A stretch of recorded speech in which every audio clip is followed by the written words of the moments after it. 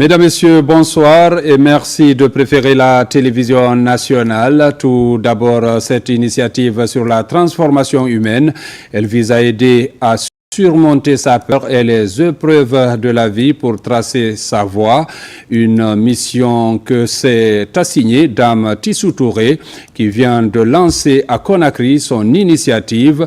Vous allez le voir, un espace qui a servi de cadre à la tenue d'une conférence débat et des panels de haut niveau pour un véritable changement. Reportage Mamadi Ternakamisoko. Il y a de ces espaces qui peuvent chasser le doute en toi et sonnent comme un déclic pour mieux reconstruire sa vie. C'est cette tribune qu'offre désormais Tissou Touré à travers le concept Vivre de bonheur, officiellement lancé à Conakry.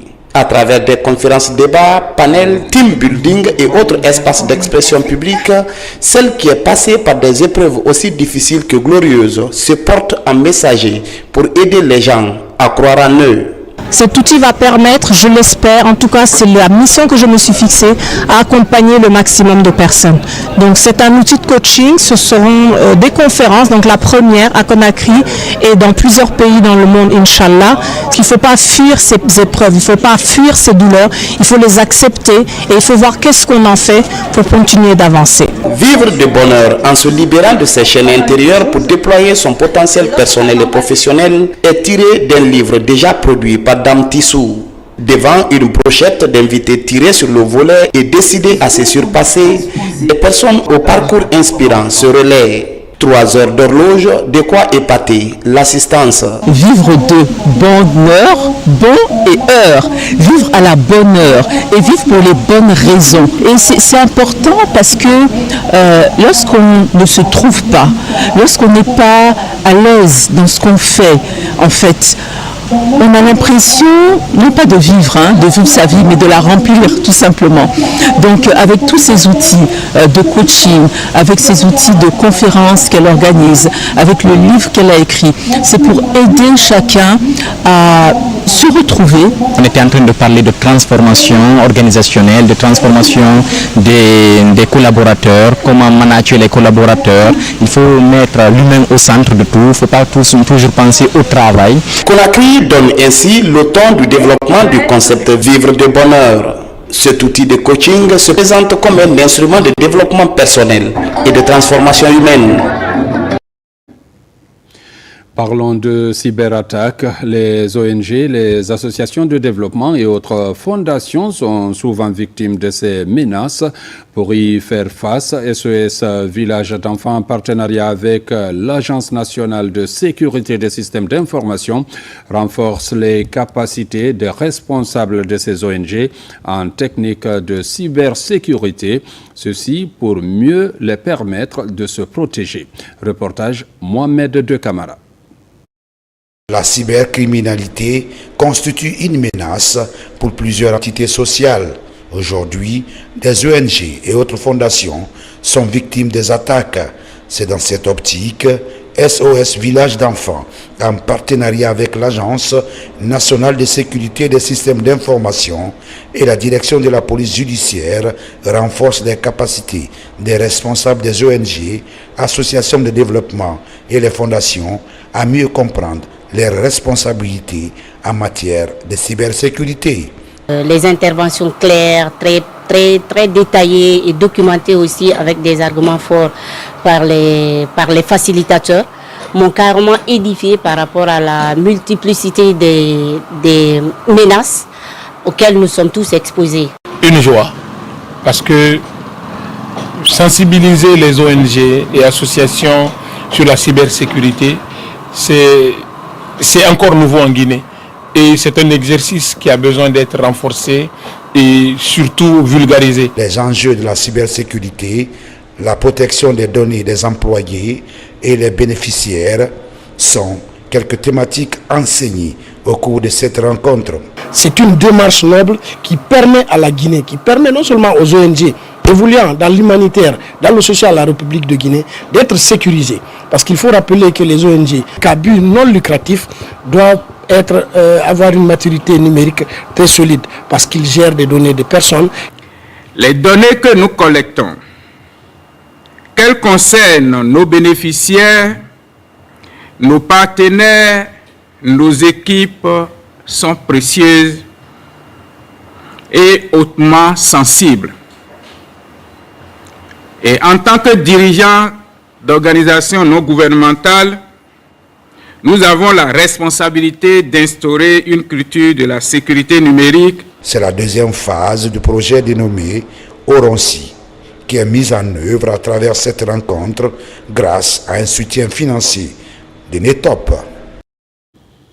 Établir un pont entre les entreprises américaines et guinéennes, c'est l'objectif de la Chambre de commerce américaine qui vient de voir jour. Le lancement officiel s'est déroulé à l'ambassade des États-Unis en Guinée.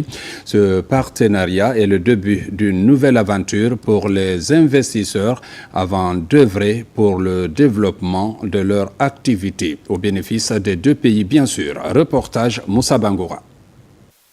La Chambre de commerce américaine est lancée. Patrons d'entreprises, partenaires, opérateurs économiques, miniers et hommes d'affaires étaient tous mobilisés. Cette chambre dénommée AmCham, qui vient de voir jour, va servir de pont pour relier les entreprises américaines à la Guinée et aux partenaires guinéens qui souhaitent faire des affaires avec les États-Unis. AmCham Guinée se veut d'être une plateforme de dialogue, d'échange et de coopération. Notre objectif est clair: renforcer le commerce et les investissements entre les États-Unis et la Guinée. Dépasser le milliard de dollars, passer à 2 milliards de dollars et dans les 3-4 ans, passer à 3, 4, 5 milliards de dollars. Je lance un appel à tous les opérateurs économiques, notamment aux opérateurs économiques américains, de venir investir plus massivement en Guinée. En plus de l'AmCham, Wave Guinée est aussi annoncé. Un opérateur d'argent mobile, leader en Afrique de l'Ouest, avec plus de 17 millions d'utilisateurs actifs. C'est pour le bien du consommateur final. Plus il y a de la concurrence, mieux c'est pour les utilisateurs. Et un marché régulé avec des acteurs conscients, compétents, et notre contribution, aider à valoriser et à inclure le maximum de personnes dans ce système financier. Nous, les Américains, nous voulons que les Guinéens réussissent. Ça veut dire avec l'économie et les partenaires diversifiés et les partenaires équitables comme nous, les États-Unis. Donc, nous sommes ici pour ouvrir cette chambre de commerce, pour ouvrir tous les business qui sont diversifiés ici pour atteindre haut niveau ici en Guinée de développement. Avec le lancement de la Chambre de commerce américaine, c'est le début d'une nouvelle aventure entre les entreprises guinéennes et américaines.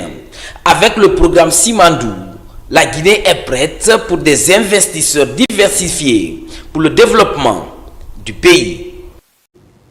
Le Cercle des Amis de la Diaspora, une organisation de jeunes ressortissants guinéens vivant en France, vient d'organiser une manifestation de soutien aux actions du président de la République, général Mamadi Doumbouya.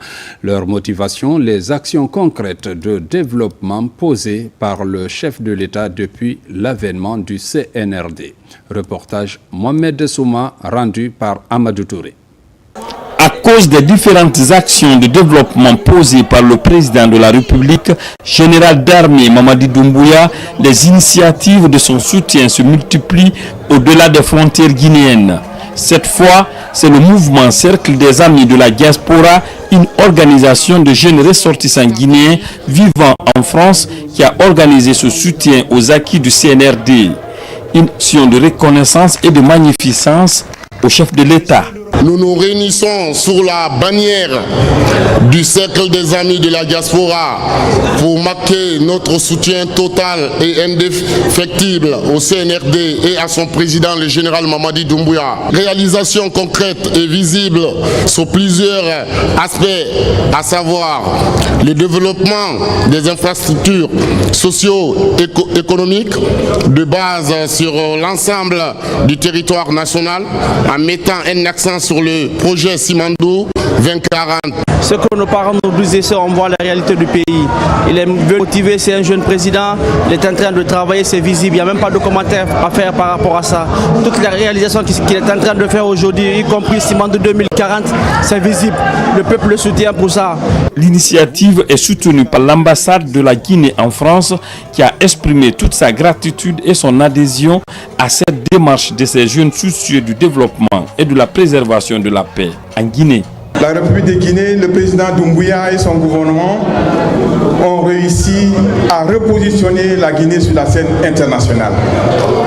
Aujourd'hui, nous sommes dans toutes les instances du monde, dans toutes les organisations internationales, la Guinée intervient.